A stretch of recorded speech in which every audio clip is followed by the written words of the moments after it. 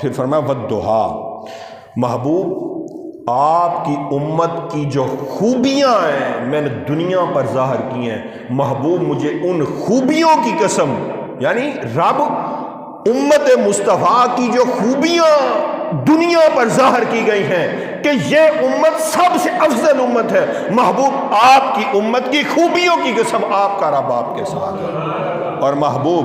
آپ کی صفات باطنہ، واللیل سے مراد محبوب جو آپ کی صفات باطن ہیں،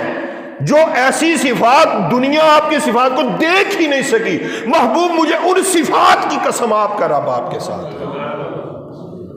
ایک صفات ہیں جو ظاہر کر دی گئی ہیں، اور ایک صفات ہوتی ہیں بندہ کہتا ہے بیچی رہن دو نہ دنیا، بس تقویٰ ہے، میں جانتا ہوں رب جانتا کیا۔ محبوب مجھے ان صفات کی قسم جو آپ کے اندر چھپی ہوئی ہیں، مجھے ان صفات کی بھی قسم ہے آپ کا رب آپ کے ساتھ ہے۔